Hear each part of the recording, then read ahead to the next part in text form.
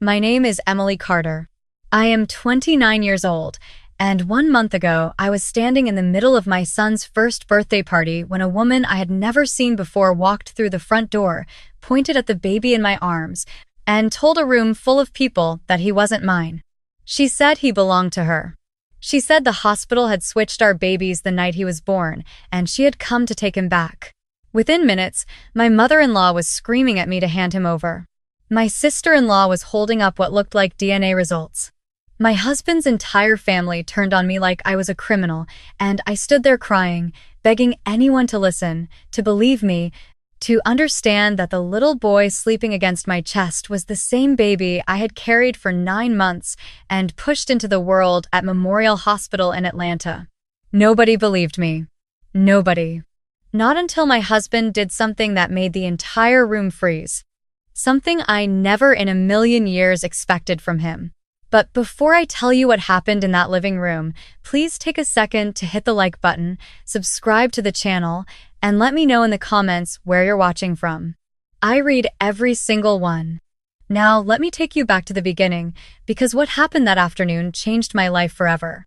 It was a Saturday in early October, one of those perfect Georgia afternoons, where the air still smells like summer but the leaves are starting to turn.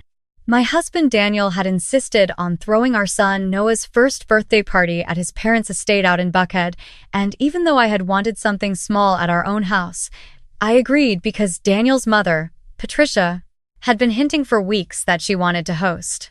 I thought maybe, just maybe, this would be the moment she finally accepted me. I was wrong about that, but I didn't know it yet. I stood in the grand living room holding Noah on my hip, wearing a simple blue dress I had bought on sale at Macy's the week before. My son was in a little white outfit with a tiny bow tie that Daniel had picked out himself, and every time someone cooed at him, he would hide his face in my shoulder and then peek back out like it was the funniest game in the world. He had Daniel's eyes, the same soft brown that crinkled at the corners when he laughed. He had my dimples. He was the best thing I had ever done with my life. The room was filled with about 40 guests, mostly Daniel's family and their business associates.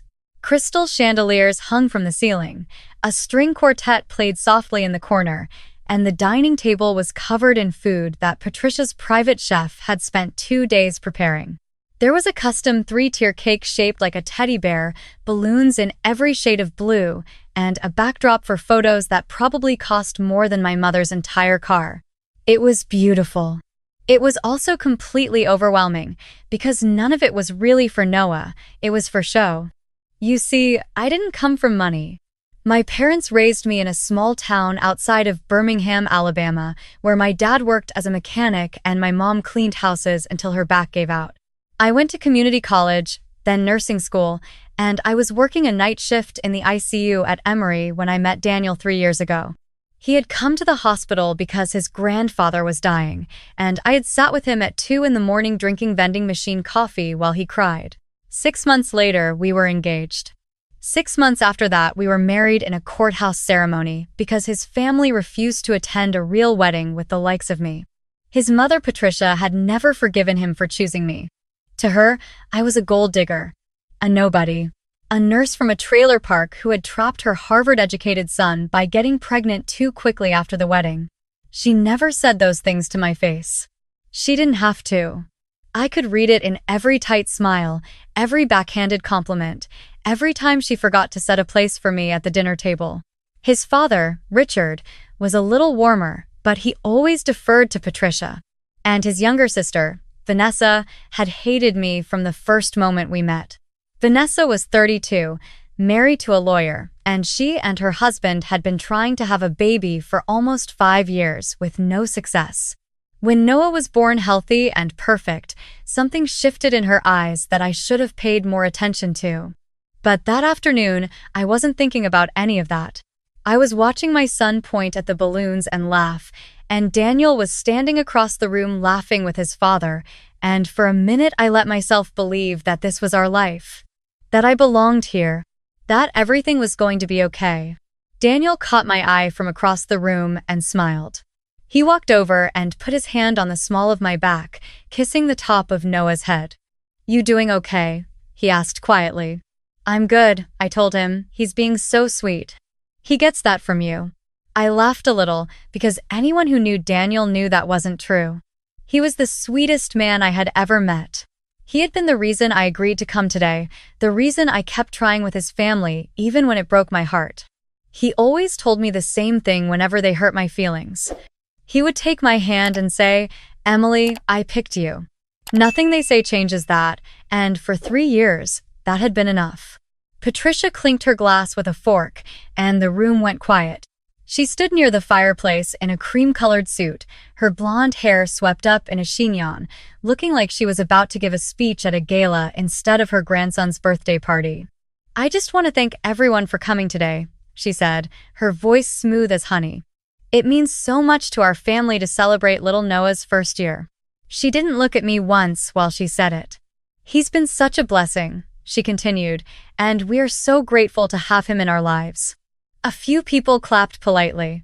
Daniel squeezed my waist. I tried to smile. That's when the front door opened. At first, nobody noticed. A few guests turned their heads, but the caterers had been coming in and out all afternoon, and the woman who walked in was dressed nicely enough that she could have passed for a late arrival. She was in her mid-30s, wearing a modest black dress, her dark hair pulled back in a low ponytail. She had a large manila envelope tucked under her arm. She didn't say hello. She didn't smile. She just walked, slow and deliberate, through the crowd of guests until she was standing in the middle of the living room. Patricia frowned. "I'm sorry, can we help you?" The woman ignored her. She turned and looked at me. Her eyes were red, like she had been crying in the car for hours. "Are you Emily Carter?" she asked. I felt Daniel stiffen beside me. "Yes," I said slowly. "Do I know you?" "No," she said, "but you're holding my son." The entire room went still. I swear I could hear the ice clinking in somebody's glass 3 rooms away. I thought I had misheard her. I actually laughed a little, a nervous, confused laugh, and I looked at Daniel to see if he understood what was happening, but his face had gone completely blank. "I'm sorry, what did you say?" I asked her. "That baby," she said, pointing at Noah. "He's mine. My name is Rachel Whitman. I gave birth to a boy at Memorial Hospital in Atlanta on October 3rd of last year at 4:17 in the morning. The same hospital. The same day. The same time as you." My arms tightened around Noah instinctively. He whimpered a little because I was holding him too tight. "That's impossible," I said. "You have the wrong person." "I wish I did," she said. "I wish to God I did." But 3 weeks ago my son, the baby I took home from that hospital, died of a genetic disorder. And when they ran the tests, they told me something that didn't make sense. They told me he wasn't biologically mine. He wasn't my husband's either. There had been a mix-up. And after months of investigation, they traced the other baby, the real baby, to this family. She opened the envelope. She pulled out a thick stack of papers. "These are the medical records," she said, handing them to Patricia. "These are the DNA results from the hospital's own lab. This is a statement from the nursing supervisor on duty that night, admitting there was a mislabeling incident that they covered up for 12 months. And this," she said, pulling out one last document, "is a DNA comparison between me and that little boy. He's mine. I have a 99.9% match." Patricia's hands were shaking as she flipped through the pages. I watched her eyes widen. I watched her pass the papers to Richard. I watched Richard's face go pale. I watched them hand the papers to Vanessa, who was standing a few feet away with her arms crossed, and I watched Vanessa's mouth fall open in what looked like perfect, practiced shock. "Oh my God," Vanessa whispered, loud enough for everyone to hear. "Oh my God, Mom, this is real. This is notarized. This has the hospital's letterhead." "No," I said. My voice sounded strange to me, like it was coming from somewhere far away. "No, that's not possible. I was there. I was awake the whole time. I held him right after he was born. I never let him out of my sight." "You were asleep," Rachel said softly. "Check your own records. You had an emergency C-section and they gave you morphine. He was in the nursery for 6 hours before they brought him to you. That's when it happened." Patricia made a sound I had never heard her make before. It was almost a sob, but there was something else underneath it, something that sounded like triumph. "I knew it," she said. She looked at me, and her eyes were shining. I knew there was something wrong. I knew in my heart he didn't look like Daniel. I kept saying it, didn't I, Richard? I kept saying it. "Mom, stop," Daniel said, but she was already walking toward me with her arms outstretched. "Give him to me, Emily," she said. "Give him to his real mother. This has gone on long enough." I stepped back. I held Noah so tight against my chest that he started to cry. "Don't you touch him," I said. "Emily," Vanessa said, stepping forward too, "be reasonable. The woman has proof. You can't just keep someone else's baby. That's kidnapping." "I am his mother," I said, and I was crying now, hot, ugly tears running down my face. "I have been his mother every single day of his life. Daniel, please, please tell them this isn't happening." But Patricia wasn't finished. She turned to Daniel, and her voice went cold and hard. "Son, listen to me," she said. "This woman has been in our lives for 3 years. She got pregnant before the wedding. She trapped you. And now it turns out the child isn't even hers. This is the sign, Daniel. This is God telling you what we have been telling you from the beginning. She doesn't belong in this family. She never did. End it. End all of it. Today." "Mom," Daniel said quietly. "If you don't," Patricia said, "then you are choosing her over your own blood. You are choosing a stranger over your sister, over your father, over me. Over that woman's real child who deserves to grow up with the family who made him. You need to think very carefully about what you do in the next 60 seconds. Richard cleared his throat. "Son, your mother is right. This is a legal matter now. If you don't handle this properly, you could lose everything. Your inheritance. Your position at the firm. Your name." Vanessa was crying too, but I noticed something. Her eyes were dry. The tears were there, but her eyes were dry, and she kept glancing at Rachel like she was waiting for something. Rachel held out her arms. "Please," she said to me. "I've already lost one son. Please don't make me fight for the other one." The whole room was looking at us. At me. At Daniel. Waiting. And I realized in that moment that I was about to lose everything. My son, my marriage, my entire life.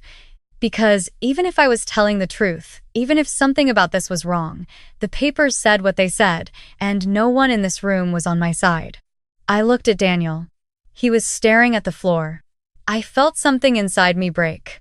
"Daniel," I whispered. "Daniel, please look at me." He looked up.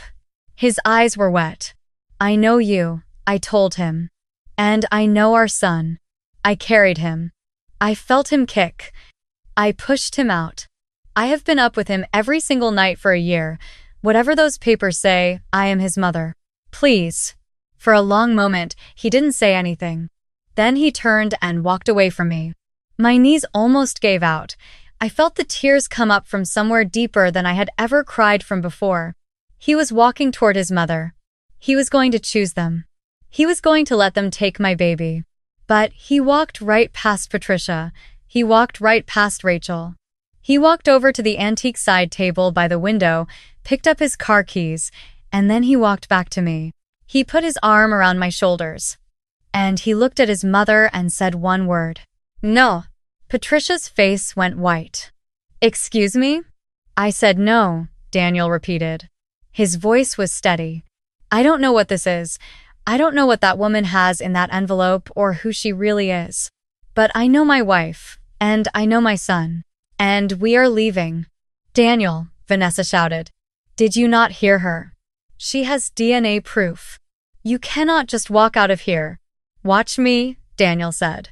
"If you walk out that door," Patricia said, her voice shaking with rage, "you are not welcome back. Do you understand me? You will not see a dime of this family's money. You will lose your seat on the board. Your father and I will cut you off completely." Daniel looked at her. Really looked at her. And I saw something pass across his face that I had never seen before. It was not anger. It was something quieter. Something sadder. "Mom," he said. "I was born into this family. I didn't choose you, but I chose Emily. And I choose our son. Every single time. If that costs me everything, then fine. It costs me everything. He took Noah from my arms so that I could steady myself. He wrapped his other arm around my waist. And he walked us right through that crowd of 40 people, past the cake shaped like a teddy bear, past the string quartet, and out the front door. I didn't stop crying until we were halfway home. In the car, Daniel didn't say much. He just held my hand at every red light and kept checking on Noah in the rearview mirror. When we pulled into our driveway, he finally turned to me and said, "Emily, I need you to listen to me very carefully. I don't believe any of what just happened in there. I don't believe it for 1 second. But the papers," I whispered. "The DNA. Daniel, what if?" "No." He shook his head. "I was with you at Memorial that night. I was awake when you weren't. I saw them bring him to you. I watched them put the bracelet on his ankle with my own eyes, and I checked it 3 times because I was paranoid. That baby has never been anywhere but with us. Something is wrong with this story. I just don't know what yet. But I'm going to find out." I don't know how to describe what those words did to me. I had spent 3 years feeling like I had to earn a place in his family. I had spent 3 years wondering if he would eventually come to see me the way his mother did. And in the worst moment of my life, in a room where everyone else had turned their backs, he had chosen me without hesitating. That night, after Noah was asleep, Daniel made phone calls. He called his best friend from law school, a man named Marcus who ran a private investigation firm in Atlanta. He called the head of records at Memorial Hospital. He called our family attorney. He asked me to write down every single detail I could remember from the day Noah was born, down to the color of the scrubs the nurses wore and the time on the wall clock when they handed him to me. I wrote for 2 hours. My hand cramped. I couldn't stop shaking, but I wrote everything. 3 days later, Marcus called us. He had news. He had gone to Memorial Hospital with a subpoena and pulled the real records, not the ones Rachel Whitman had shown us. The hospital had no record of any mix-up. None. Ever. The security footage from the nursery that night, which the hospital was legally required to keep for 7 years, showed Noah being taken directly from the delivery room to my recovery room, escorted by 2 nurses and Daniel himself. He had never been in the general nursery. Not once. The DNA results Rachel Whitman had presented were forged. The nursing supervisor's statement was written on letterhead that had been discontinued 4 years earlier. The case number at the top of the file didn't match anything in the hospital system. But that wasn't the only thing Marcus found. He had done a background check on Rachel Whitman. Her real name was Rachel Donaldson. She was an out-of-work actress from Savannah who had been paid $6,000 in cash to show up at our address that afternoon and read from a script. She hadn't known what it was really about. She thought it was a prank for a reality show. When Marcus showed up at her apartment and laid out the evidence, she broke down crying and told him everything. She gave him the burner phone number she had been communicating with. She gave him the meeting location where she had picked up the cash. She gave him the name of the woman who had hired her. It was Vanessa. Daniel sat at our kitchen table for a long time after Marcus left. He didn't cry, he didn't yell, he just sat there with his hands folded in front of him, looking at a photograph of Noah on the fridge. "My own sister," he finally said. "Daniel," I said softly, "we don't know if Patricia." "She did," he said. "Of course she did. Vanessa couldn't have paid that woman without my parents' money." The checks Marcus traced came out of my mother's personal account. That night, I held him while he grieved. Because that's what it was. He was grieving the family he thought he had. A week later, Daniel asked me to go with him back to his parents' house. He said he wanted me and Noah there. He said it had to end properly. I didn't want to go. I didn't want to see any of those people ever again. But I understood why he needed to do it, so I got dressed and I buckled Noah into his car seat and we drove out to Buckhead one last time. Patricia answered the door. Her face lit up when she saw Daniel, and then fell when she saw me behind him holding the baby. "Darling, you came back," she breathed. "I knew you would. I knew you would see reason. Come in, your father is in the study." We followed her to the living room. The same room where a week earlier, she had tried to take my son from my arms. Richard came down the stairs. Vanessa was there too, sitting on the couch with her husband, her face carefully composed. Daniel didn't sit down. He stood in the middle of the room, and I stood beside him, and he said in a very calm voice, "The hospital has no record of a mix-up. Rachel Whitman is not a grieving mother. Her name is Rachel Donaldson. She was paid $6,000 out of Mom's personal checking account, transferred through Vanessa.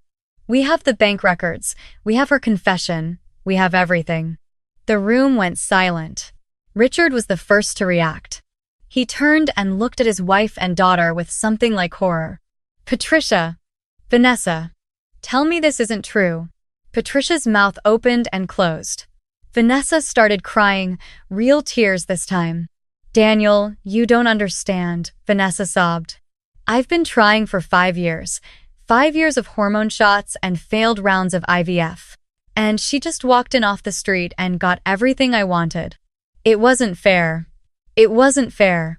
"So you tried to take my son," Daniel said. "I wasn't going to take him," Vanessa cried. "I just wanted her out.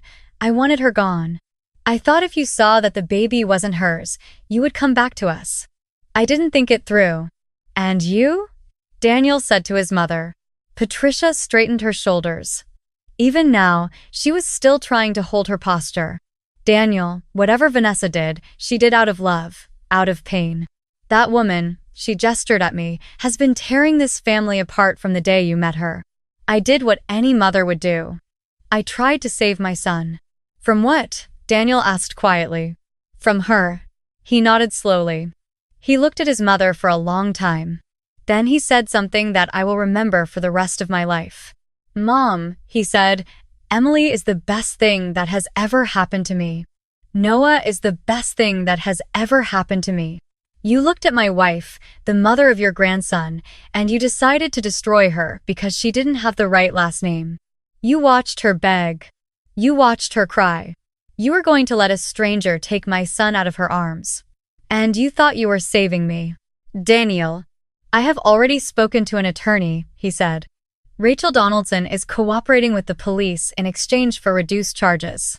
You and Vanessa are going to be charged with conspiracy to commit fraud and attempted extortion." "Dad, I'm sorry, but I turned the evidence over this morning. I had to." Richard sank into a chair. He put his head in his hands. "I am done," Daniel said. "I am done with this family. I don't want your money. I don't want the house. I don't want the business. I quit the firm yesterday. Emily and I are moving to Asheville next month. You will never meet your grandson again. Not at Christmas. Not at his graduation. Not at his wedding. You made your choice the moment you cut that check. Now I'm making mine." He turned to walk out. I followed him, holding Noah tight against my chest. At the door, Patricia called after him, her voice cracking for the first time. "Daniel, please. I was trying to protect you." He stopped. He didn't turn around. "You weren't protecting me, Mom," he said. "You were protecting yourself. There's a difference. And you never learned it." We walked out. 6 months have passed since that day. Vanessa pleaded guilty and is serving 18 months in a minimum security facility in Georgia. Patricia avoided jail time by paying a substantial fine and completing community service, but the scandal cost the family half their business contacts, and their social standing in Atlanta has never recovered. Richard filed for divorce last month. Daniel got a text from him saying he was sorry. Daniel hasn't written back yet. He says he isn't ready. I understand. We did move to Asheville. Daniel took a job at a smaller firm that pays less but lets him be home by 6 every night. I went back to nursing part-time at a clinic that treats mostly uninsured families, the kind of work I always wanted to do before life got in the way. We bought a little house with a yard, and Noah has a swing set now, and last weekend he said his first 2-word sentence. He said, "Daddy, up." Sometimes late at night I still think about that day. I think about standing in the middle of that living room, about the weight of my son in my arms, about the moment I thought my husband was walking away from me forever.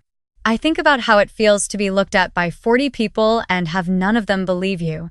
I wouldn't wish it on anyone.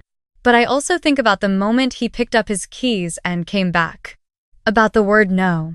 About how a whole life can be saved by one man deciding, in the space of a single breath, that he knows who you are. If you're watching this and you've ever been in a family that tried to make you feel small, that told you with their eyes and their silence that you would never be enough, I want you to know something. You are enough. You have always been enough. And the people who are supposed to love you will never ask you to prove it. Thank you for listening to my story. If it touched you in any way, please hit that like button, subscribe to Heartway Stories for more true stories of women who found their strength, and tell me in the comments what you would have done in my place. I read every single one. And to the person watching this right now who needs to hear it, you are stronger than you know. I promise you that. Take care of yourselves. I'll see you in the next story.